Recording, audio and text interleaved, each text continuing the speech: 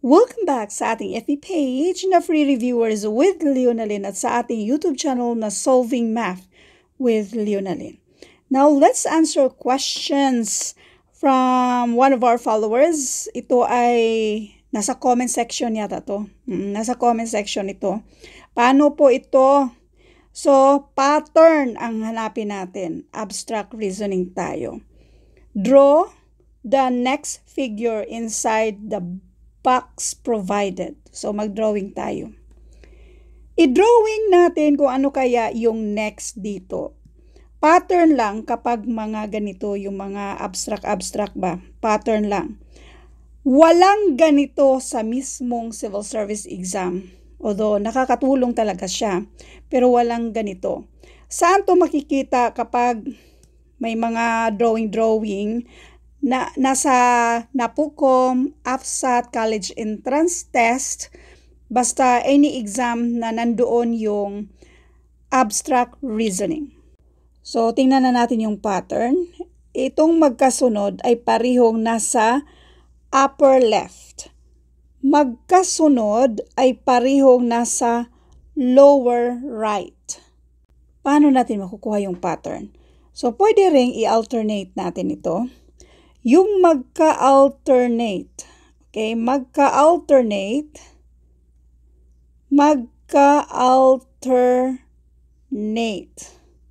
Ang gagawin ko lang sa ka-alternate nito, doon na siya sa taas. So, therefore, kung i-drawing ko ito, yung circle ay dapat nandito na sa taas. Kahit anong gawin nyo, basta meron lang kayong mabuong pattern, pareho lang din yan siya. So, kung parehong nasa upper left yan siya, tapos right lower, then ang next ay nasa upper left. Now, dito naman tayo sa star. Yung unang box, ang kasunod ay nandun na siya sa kabila. Or yung ka-opposite niya, sa kaslant niya, nandun na siya sa right upper. Then, parehong nasa right upper sila. And then, bumaba na naman sa next na nasa left. So, therefore, ito sila magkasunod na nasa right upper. Therefore, asahan natin na yung next ay pareho ding magkasunod. Ito lang ay, ang una lang ay siya lang yung nasa left lower. So, after sa magkasunod na nasa right upper, nandito na naman ulit sa left lower. So, asahan natin na yung star ay nasa left lower. Magkasunod ulit. So, therefore, ito yung asahan natin na hinahanap dito. So, ito na yung drawing. So, kung i-drawing ulit natin ito, ganito dapat yung star. Okay? So, since wala man tayong choices, kasi i-drawing lang naman, so, yan yung, para sa akin, yan na yung pattern. Ito na yung next na hinahanap natin. Then, number 2.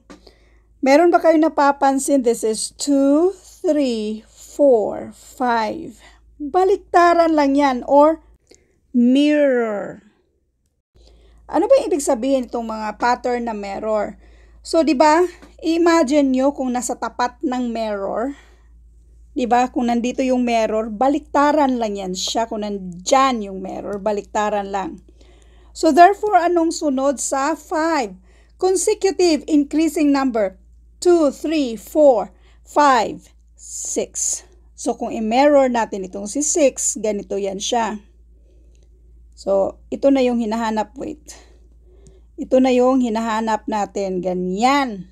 Ayan yun na yung medyo pangit na pagkagawa natin sa ating isang 6. Basta mirror yan siya. Next, number 3.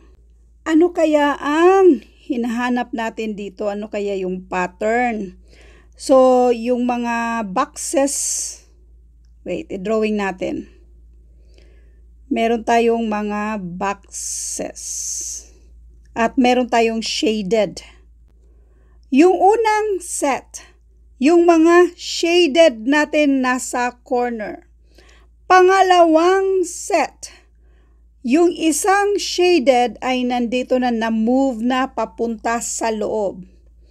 Then, Sa pangatlo, yung nandito naman sa kabila, yung kaslant niya, corner to corner, ito naman ang napunta sa gitna. Then, sa pang-apat, yung nandito sa corner na yan ay yan naman ang napunta sa loob. Therefore, asahan natin na yung hinahanap natin, itong nasa corner sa right upper, ay pupunta din yan sa loob. Therefore, ang asahan natin ay nasa gitna na lahat yung shaded. Ito na yung hinahanap natin. Pattern lang. Maraming ganito sa mga exams na merong abstract reasoning. Thank you for watching and all. I hope na meron kayong natutunan sa video ito. Thank you and God bless.